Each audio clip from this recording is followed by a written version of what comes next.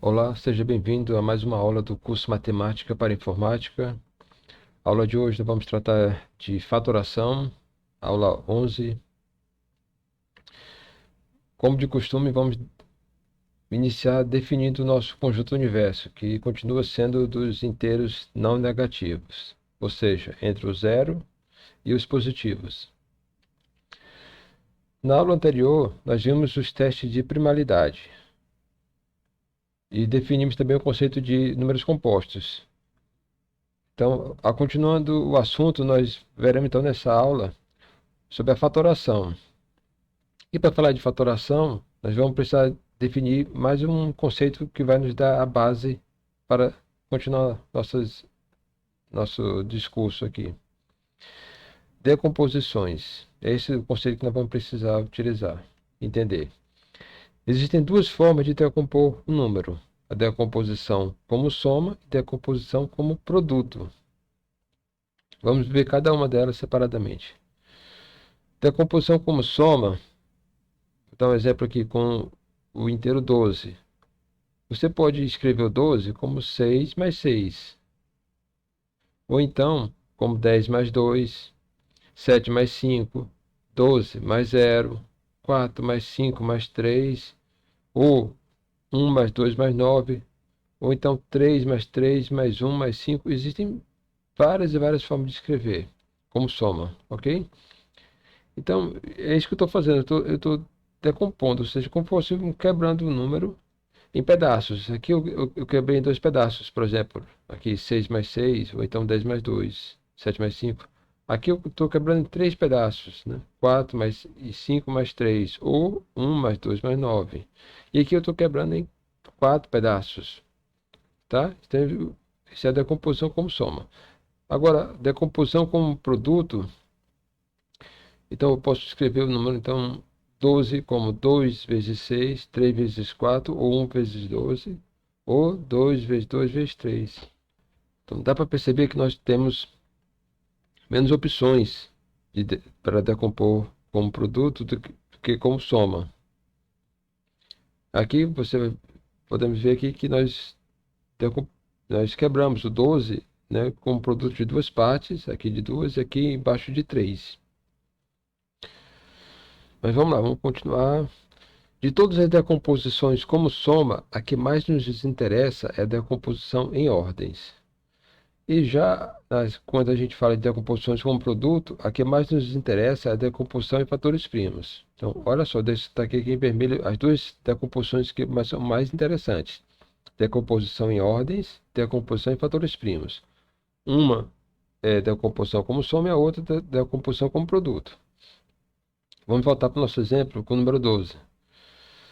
Aqui eu destaquei em vermelho qual dessas decomposições como soma é a que mais nos interessa. É decomposição por ordens. Agora aqui embaixo, né, na decomposição como produto, a que mais nos interessa é essa daqui, que só aparece em fatores primos. Ok? Então aqui destacado em vermelho, para ficar bem nítida a diferença. Então vou citar aqui vários exemplos. O número 36. Né, o inteiro 36. Decomposição em ordens, 30 mais 6. Decomposição em fatores primos, 2 ao quadrado vezes 3 ao quadrado. Exemplo 2. O número inteiro 175. Decomposição em ordens, 100 mais 70 mais 5. Decomposição em fatores primos, 5 ao quadrado vezes 7. Então, chegamos ao nosso conceito mais importante da aula. O que é então fatorar o número? Fatorar um inteiro é apresentá-lo como produto de fatores primos. Ou, né, podemos também escrever fatorar o inteiro é decompô-lo em fatores primos. Tanto essa como esta são equivalentes, ok? Só é possível fatorar inteiros compostos. Então, pela nossa definição, se você for perceber em detalhes, só é possível falar de fatoração de inteiros compostos. De fato, dado um inteiro primo qualquer, P, eu posso colocá-lo como um fator, como fatoração, você pode estar pensando, ah, mas P vezes 1 é a fatoração. Mas não, não é. Por quê? Porque 1 não é primo. Então, relembra a nossa. Vamos voltar aqui. Fatorar o inteiro é decompô-lo em fatores primos. Como aqui nesse caso, o 1 ele não é primo, então escrever P vezes 1, no caso de um número primo, não é fatorado. Então, por isso só faz sentido falar de fatoração para números compostos. E aqui dá um exemplo. Fatorar o número 48, como é que faz isso? Você vai dividindo o 48, como ele é par, você começa dividindo por 2. Então, deu quociente 24, resto zero. Então, ele continua sendo par. Então, você divide novamente. E sempre aqui nessa divisão, você tem que ser sempre por números primos. Ok? Então, você vai dividindo até encontrar o quociente 1. Então, aí você para, porque não tem mais como dividir. Então, você conta aqui 1, 2, 3, 4. Você dividiu por 2 4 vezes, então vai ficar 2 elevado a 4 vezes 3, porque só foi uma vez aqui dividindo por 3. Agora vejamos agora algumas coisas interessantes que podemos fazer com a fatoração de inteiros. Até agora, o que eu apresentei aqui, a maioria de vocês já conhece, é coisa de ensino fundamental. Mas vamos tratar de elevar um pouco o nível. Vamos falar de coisas que não são faladas lá no ensino fundamental, normalmente em escolas, ok? Isso aqui aparecia em livros antigos. Se você pegar um livro de ensino fundamental de 50 anos atrás, você vai encontrar isso que eu estou falando. Hoje, não mais. Vamos lá, vantagem 1. Com a fatoração, se você fizer a fatoração de um número, o que mais você pode puxar de informação acerca desse número? Olha só que interessante. É possível determinar a quantidade de divisores desse número. Ou seja, é possível determinar a cardinalidade do conjunto dos divisores do número. Olha que interessante. Como nós podemos fazer isso? Vamos lá, vou fazer isso mostrando um exemplo. Quantos divisores tem o inteiro 48? Ou, de outra forma, eu posso perguntar qual é a cardinalidade do conjunto dos divisores de 48? A mesma pergunta, uma escrita em forma em linguagem em língua portuguesa e a outra em linguagem matemática. Então vamos lá. Nós já fizemos a fatoração de 48, nós já sabemos como é. E aí você vai prestar atenção nos expoentes. Olha só para os expoentes. Ok? Que o foco para a nossa técnica aqui é nos expoentes. Então eu vou completar aqui não aparece aqui. Só para questão didática, eu vou colocar um aqui.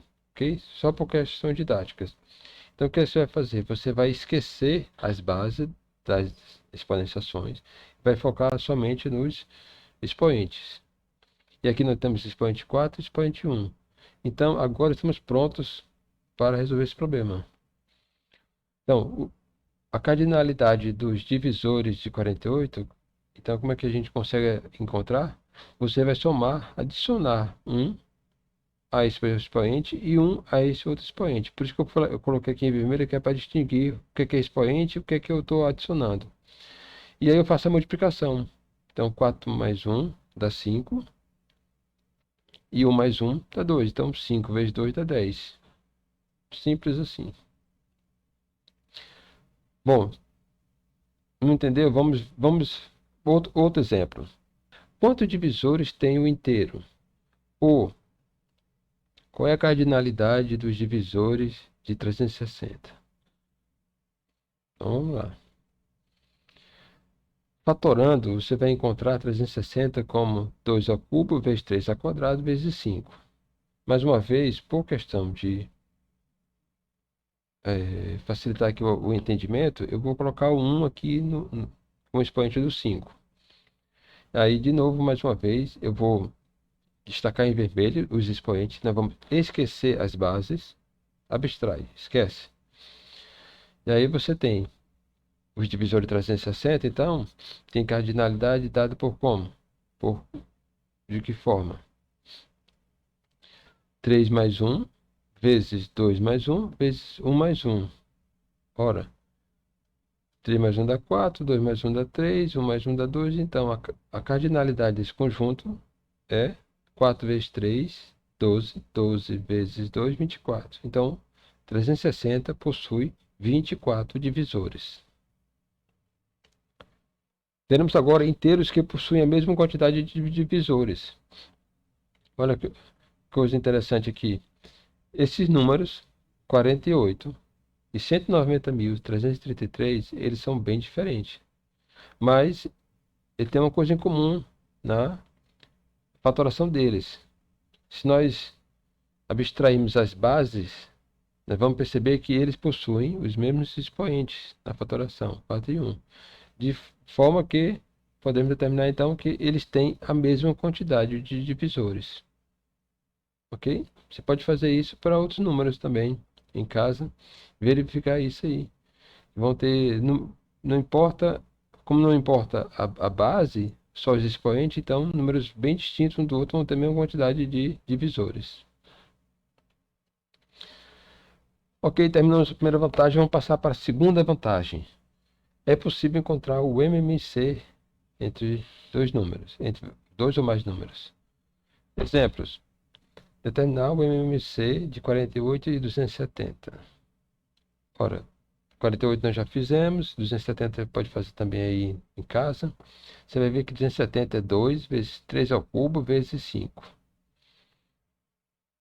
E você percebe que eles têm como o 2, né, como base e o 3 como base. Agora, o 5, esse aqui tem a base 5 aqui, mas aqui não tem. Então aqui, o que é que eu chamo aqui a atenção? Só por questão didática, eu vou colocar aqui ó, um 5 elevado a 0. Porque 5 elevado a 0 é igual a 1, não vai fazer diferença nenhuma. Mas isso torna mais clara a visão, onde você percebe que os dois números vão ter as mesmas bases nas suas exponenciações. Isso vai facilitar muito a visão. Então, estamos prontos para determinar o estamos prontos para determinar o MMC de 48 e 270. Então, vai ser o quê? Você vai repetir as bases, ok? E aqui eu coloquei interrogações porque nós vamos encontrar esses valores individualmente. Como? O MMC, o que é que você precisa? Você precisa ver qual é o maior expoente daquela base.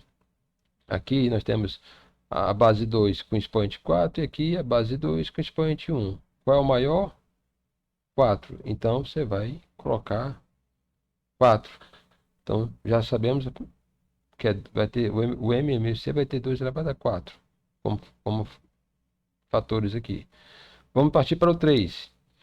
Agora aqui no 3 nós temos 3 elevado a 1 e 3 elevado a 3. Qual dessas exponenciações tem o maior expoente? Essa daqui, 3 elevado a 3. Então, o expoente 3 vai para aqui, onde tem a base 3. Sempre pegando os máximos. E agora 5. Aqui nós temos 5 elevado a 0 e aqui 5 elevado a 1. Qual é o maior dos expoentes? 0 ou 1? É 1. Então, põe 1 ali. E agora, é só fazer a multiplicação e nós chegamos que o MMC de 48 e 270 é 2.960. Você pode verificar em casa aqui essas multiplicações, você vai ver que é 2.960. Ok? Sempre pegando os máximos. Vamos fazer mais um exemplo. O MMC de 21 e 35. Bom, 35 é 5 vezes 7 e 21 é 3 vezes 7. Você percebe que o que tem em comum aqui é o 7, tá? E 5, esse aqui tem, mas esse aqui não tem. E o 3, esse aqui tem, mas o daqui de cima não tem. Ora, vamos preencher todo mundo com as mesmas bases, ok? Sendo que aqui não aparecia, vai colocar expoente 0, já que todo número elevado a 0, todo número não nulo elevado a 0, dá 1. Então 35 nós podemos escrever como 3 elevado a 0 vezes 5 elevado a 1 vezes 7 elevado a 1. E 21 pode ser escrito como 3 elevado a 1 vezes 5 elevado a 0 vezes 7 elevado a 1. Ora, então agora nós podemos ver que estão com as mesmas bases. Isso é uma questão didática, tá bom? E aí, então, o MMC de 21 e 35 repete aqui as bases e vamos colocar interrogações nos expoentes. E mais uma vez, vamos ver aqui os expoentes e vamos pegar os máximos. Qual é o máximo aqui do expoente entre 3 elevado a 0 e 3 elevado a 1? Ora, 1.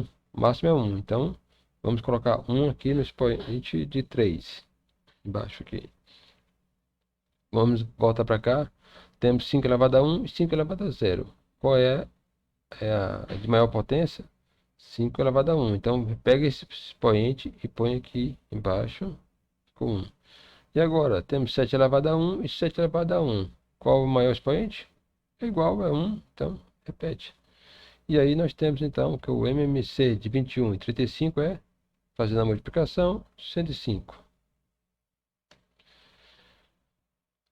Terminamos a vantagem 2. Vimos a vantagem 1 e a vantagem 2. Vamos para a última vantagem, que é a 3, que é o quê? É possível encontrar o MDC entre dois números. Então, o MDC entre 48 e 270, por exemplo, vamos continuar com esse exemplo. 48 é 2 elevado a 4 vezes 3, e 270 é 2 vezes 3 ao cubo vezes 5. Já vimos isso. Então, mais uma vez, por questão didática, eu vou completar para que fique sempre todos os dois números com as mesmas bases. E agora, continuando aqui, então o MDC vai ser, o MDC de 48 e 270 vai ter então uma base 2, uma base 3 e uma base 5. Estão faltando agora os expoentes. Vamos continuar. Só que inversamente do MMC, que lá nós pegávamos lá no MMC, nós pegávamos o maior expoente. Aqui nós vamos pegar o menor expoente. Então, o menor entre 4 e 1 é 1, tá? Mantendo a base 2. Então, aqui na base 2 vamos colocar o menor, que é o 1. De novo, agora com a base 3. Qual é o menor expoente? 1 ou 3? É 1. Então, vamos colocar o 1 aqui na base 3. E 5 elevado a 0, 5 elevado a 1. O menor expoente é esse aqui, 5 elevado a 0. Então, vamos colocar aqui expoente 0. Agora, nós podemos fazer a multiplicação e vamos ter aqui o MDC de 48 e 270 é 6. Ok? Pegando também de novo o exemplo do 21 e 35, vamos fazer agora o MDC. Nós já vimos que a fatoração de 35 é 5 vezes 7 e a fatoração de 21 é 3 vezes 7. Então, o 7 aparece como 1, mas o 3 e 5 não. Então, vamos fazer aquela jogada para tornar mais didático. Vamos colocar os expoentes, as bases, vamos colocar as bases. E agora nós temos os dois números com as mesmas bases. Então, o máximo divisor comum entre 21 e 35, fazemos o mesmo procedimento, vamos colocar as três bases, 3, 5 e 7, e agora faltam os expoentes. Vamos pegar os menores expoentes. Entre 0 e 1 é 0, então vai ficar 3 elevado a 0. Agora, 5 elevado a 1 e 5 elevado a 0. Menor expoente, 5 elevado a 0. Então, vamos colocar 0 aqui. E aqui, 7 elevado a 1, 7 elevado a 1, o menor é o 1, igual. Então, fica 7 elevado a 1. Então, fazendo a divisão, então, o máximo divisor comum entre 21 e 35 é 7. Ok? Agora, chamando a atenção que para fazer tudo isso que nós mostramos nessa aula, é preciso fatorar. Mas fatorar, dependendo do número, não se torna uma coisa fácil. Ok? Nas aulas de criptografia, nós vamos ver que a segurança hoje dos algoritmos tem a ver com a dificuldade de fatorar números. Fatorar números baixos é muito tranquilo. O problema é quando tem fatores muito altos, onde não aparece fatores pequenos. Então, toma cuidado, sim. O MDC, fazer o MDC dessa forma aqui, só vale a pena se você conseguir fatorar. Se você percebe que não há fatores baixos, você tem que partir para o algoritmo de Euclides, ok? Senão você vai levar um tempão enorme tentando fatorar números que você vai levar horas e horas para fatorar números que se você tentar fatorar, se o número for complicado. Mas com o algoritmo de Euclides, não importa, vai ficar sempre tudo muito fácil. Ok? Chegamos ao fim. Vimos então um vocabulário novo, decomposição como soma, decomposição como produto, decomposição em ordens, decomposição em fatores primos. Vimos também o que é o verbo fatorar. Nenhuma simbologia nova. Muito obrigado pela atenção, força e honra, e até a próxima aula.